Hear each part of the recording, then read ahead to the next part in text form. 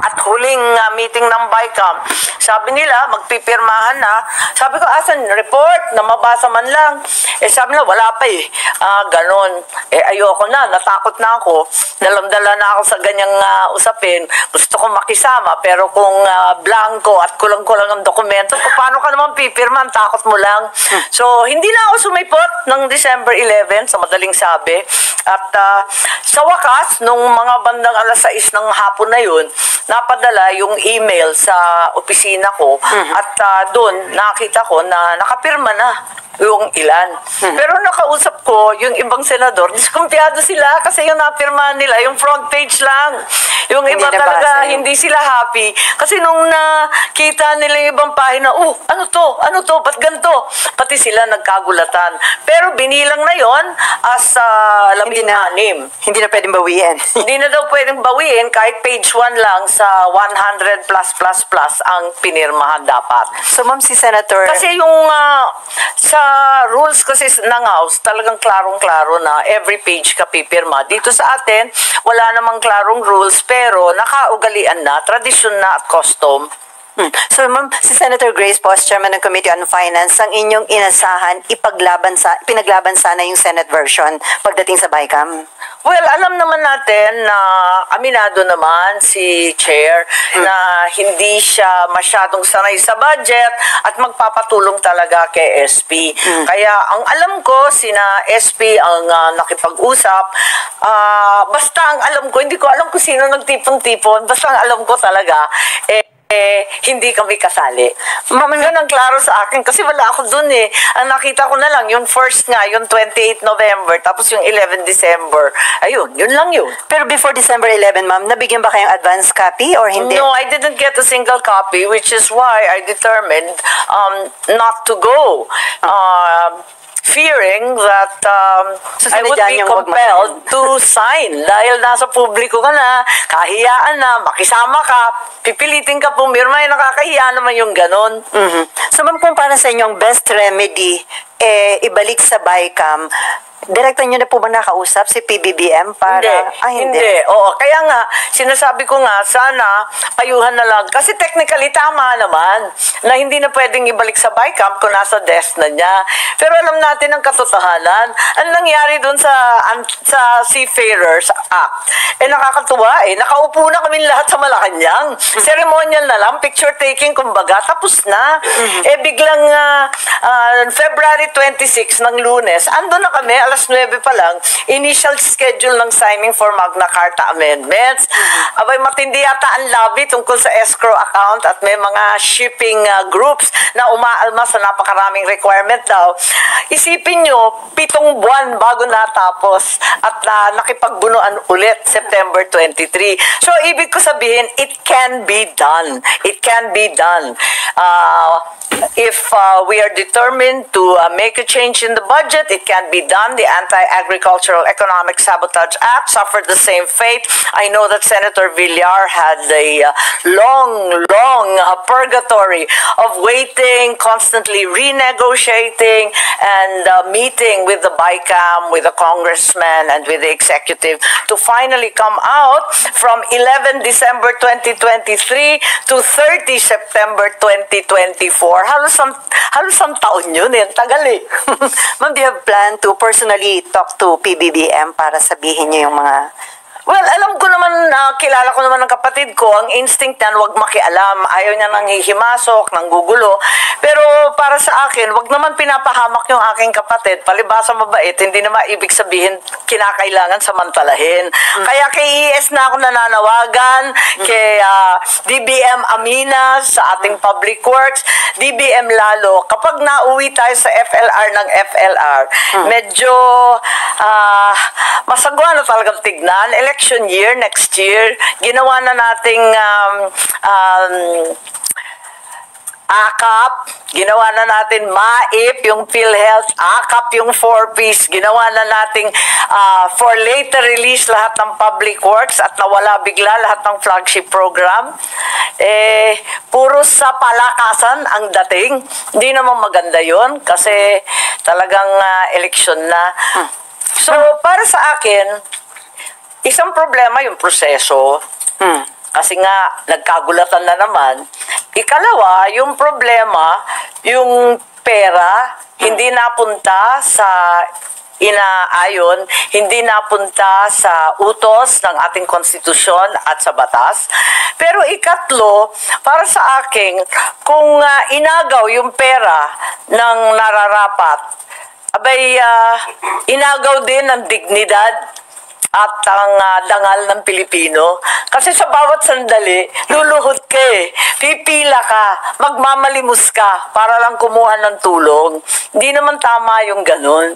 Pero ma'am, dun sa last meeting ng BICAM, sa statement ni Senate President Chis Escuderos, inassure niya na yung 2025 BICAM report sumusuporta daw sa mga priority programs and projects ng administrasyon dahil dapat daw suportahan yung administrasyon considering na ganun kalaki ang naging boto ni PBBM. Kayo nang inassure niyan nung signing na ng BICAM report. Hindi ko kasi narinig si SP, hindi kasi kami nag-caucus, kaya hindi ko masyadong alam kung ano ibig niya sabihin.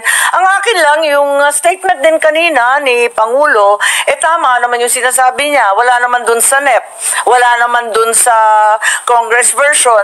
Sabi niya, tama, totoo, exactly what happened to me, at saka nagulat na lang dun sa BICAM, di i-veto daw niya. Tama naman yun, sa palagay ko, sakto naman yung sinasabi niya.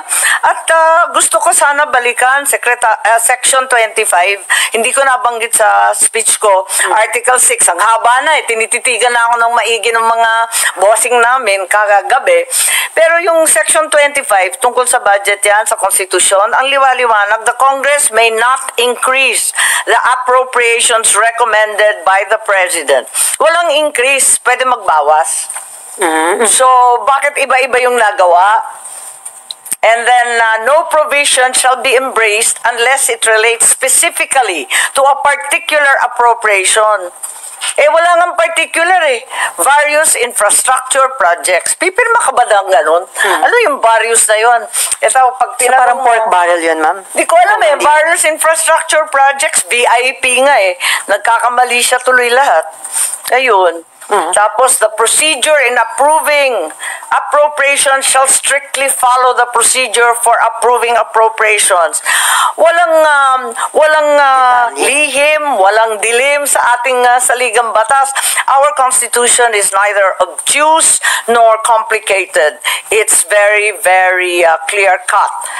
It instructs us exactly what to do, and it's very, very clear that there appear to be violations. So, may basis kung sakaling may kumwestiyon sa Korte Suprema sa ilang provision ng 2025 budget, ma'am. Sana wag na tayo mauwi doon. Sa totoo lang, yung kinautasan naman, wala namang pangkuha ng abogado, wala namang lobby. Yung mga may sakit na umaasa sa PhilHealth, paano naman yung pupunta sa Korte Suprema? Dudulog ba naman ng kanilang hinaing yung ating 4 fees? Hindi naman kaya ng ating mga retired sundalo. Paano ba naman yung mga yan pupunta pa sa Korte Suprema? Gawan na lang natin ng paraan. Kaya sana yung DBM, Secretary Amina, please, wag naman FLR naman ang uwian natin. At saka yung ating Secretary Bersamin, ibalik na lang natin yung pakiusapan na nangyari dati nung hindi katanggap-tanggap yung ilang batas nung nakaraang taon. Ma'am, doon sa 2024 budget, disappointed ka rin, na-surprise ka rin dahil may mga insertion pagdating sa BICAM, di ba? May mga isiningit itong AKAP, yung pondo sa PI, sa COMELEC. So, kung ikukumpara dito sa 2025 budget, mas matindi, sabi niya, very bad budget itong Very bad mas budget matindi ba? Mas masama ba? Mas worst ba itong 2025 budget kumpara sa 2024? Well, ito yung binabanggit ko. Natatakot ako sa utos ng saligang batas. Yun ang maliwanag. Doon naman, talagang gulatan nga doon. Pero ito yung violation of the Constitution, nakakatakot. Section 25, Article 14. Parang ang dami na nito. Ang daming kaduda-duda, kakanervyos. Tapos yung mga batas, yung PhilHealth law, very clear naman yan na talagang may bahagi dyan para sa operational cost. Hindi ko maintindihan yung sinasabi nung Mr. Ledesma tungkol sa 150 excess fund na naman.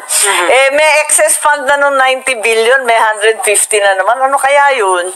Hindi ko nga maintindihan hanggang ngayon, Hindi pa nga sila nakakaipon nung required actuarial 2 years expenses. Diba? Para magkaroon sila ng reserve investment fund. Kasi insurance yan dapat may ipon. Kasi kung sabay-sabay mag-claim, mauubos. Kaya kailangan laging reserve fund. Ang reserve fund, hindi ginagalaw talaga dapat. As a matter of fact, kulang pa nga yung ipon nila So, okay, before me, Ann, ang PhilHealth po kasi ngayon may statement na kahit zero subsidy, kaya daw nilang i-improve, palawakin yung mga health services na ibibigay nila next year. Yes, currently, to the best of my knowledge, I'm not aware of the 150 excess na naman. Baka lipatin na naman yan sa kung saan. Pero my information is that until today, the PhilHealth has not even created an investment reserve fund as required because they've never exceeded the ceiling of 2 years projected program expenditures.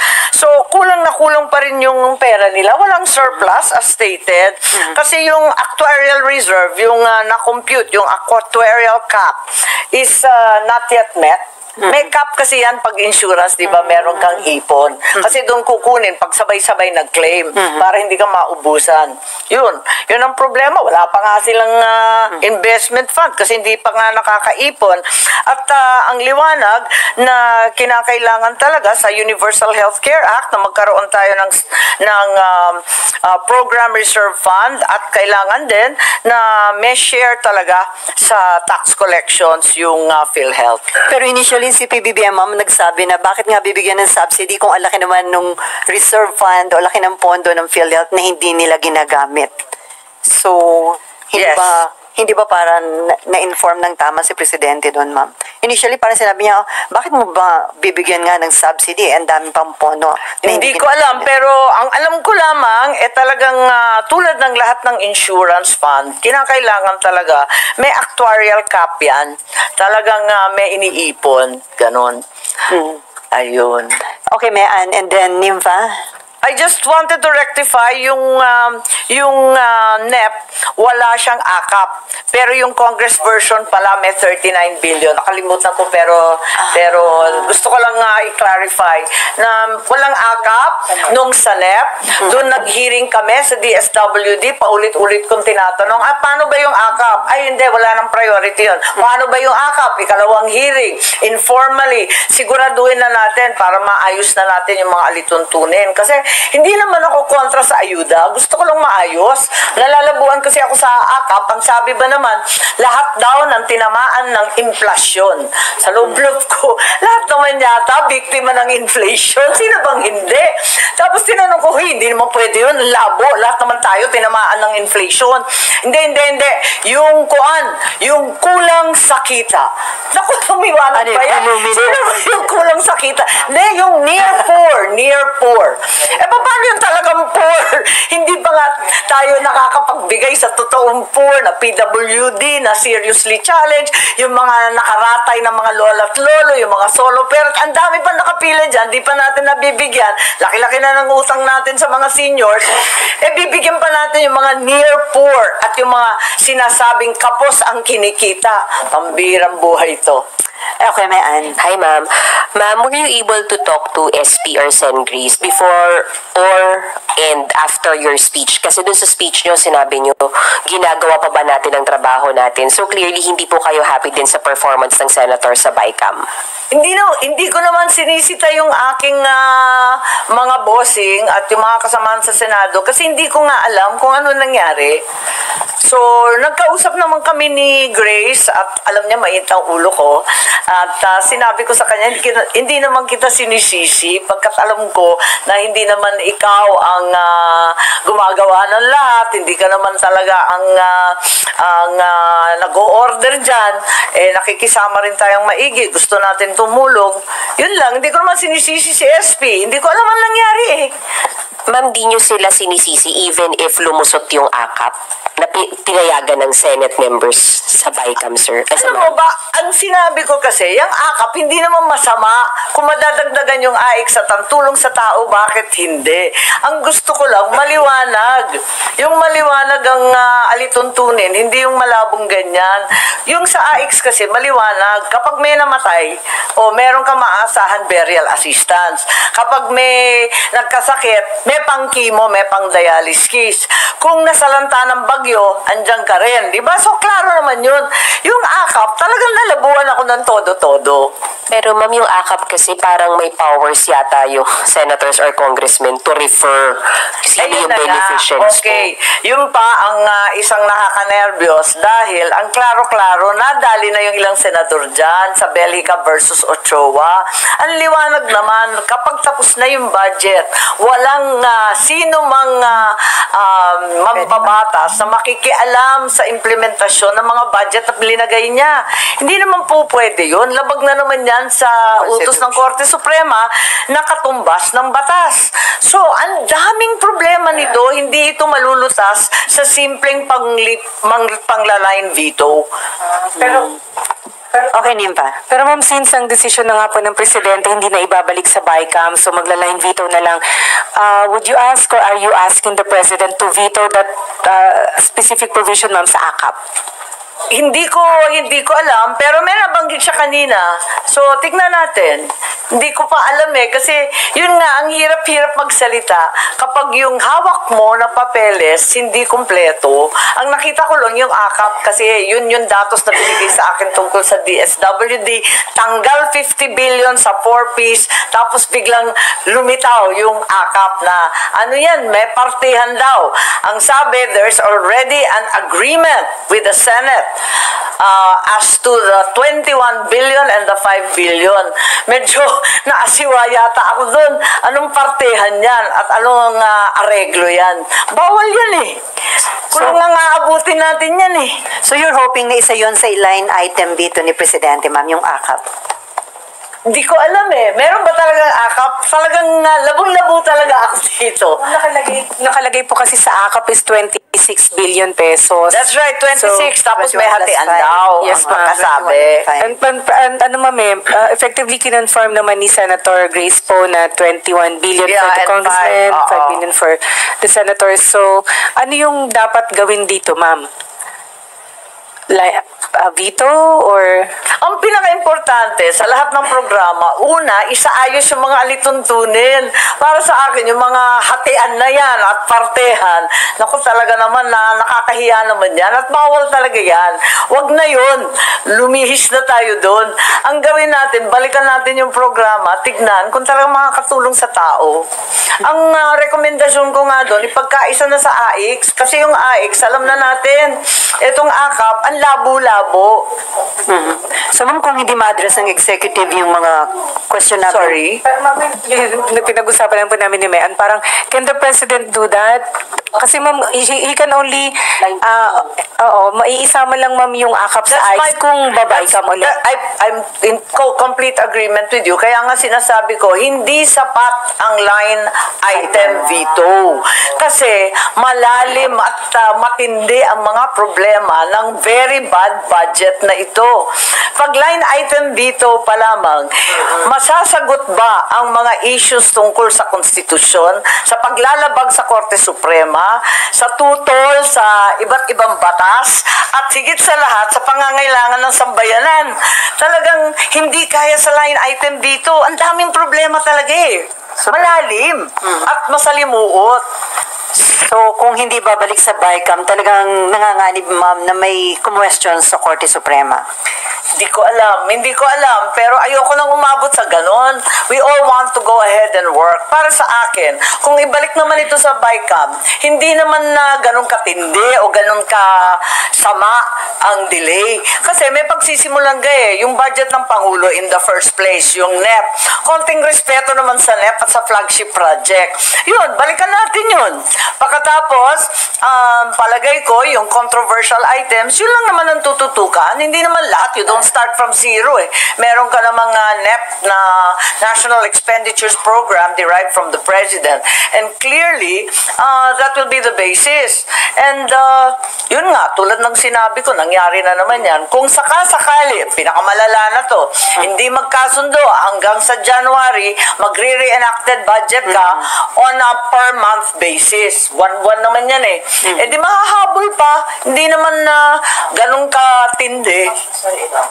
As soon as a proper budget has been finalized, eh di yun na ang papalit dun sa 2024 budget. Okay, Mayan. So, ma'am, sorry, to clarify, mas open kayo na mag-reenacted budget na lang kaysa ipasa tong very bad budget na to? Yes. Hanggang end of the year, ma'am? Pero para sa akin, hindi kailangan umabot sa reenacted budget. Kaya habulin to eh. May araw pa. Huwag na tayo muna masyadong magbiyahe at magbakasyon. Tulad ng sinabi ko, mahihirap. Wala namang bakasyon, wala namang biyahe. Eh di magtiisan tayong lahat. So, ma'am, kung magbabay ka, mga 1 month lang na magiging reenacted yung budget. Hindi naman to tatagal ng ganun eh. Sabi ko nga, ay may NEP naman tayo, kayang habulin yan. Kung seryoso tayo at talagang puspusan magtrabaho, magkasundo, at sabihin ng ating Pangulo, ng ES, ng DBM, eto talaga ang kinakailangan ng bansa, ito yung tutukan natin. Sa palagay ko, wala pang 1 linggo yan tapos. Ma'am, hindi ba during the BICAM, usually may mga tao naman ng executive, nandyan yung budget secretary, okay, may mga tao sila. So, may consultation bago nabuo yung BICAM report. Di ko alam. Wala akong nakita at Di ba walang before- pag-usap sa akin. Pero before, di ba, usually may representative ang executive sa BICAM. I don't remember seeing too many of them. Most of the people I saw were the staff, the LBRMO, the APRO group from Congress. So, But like I said, I was utterly and completely dismayed by the process, and I only went to one BICAM. In fact, there were only 2 BICAMs, and it lasted all of what?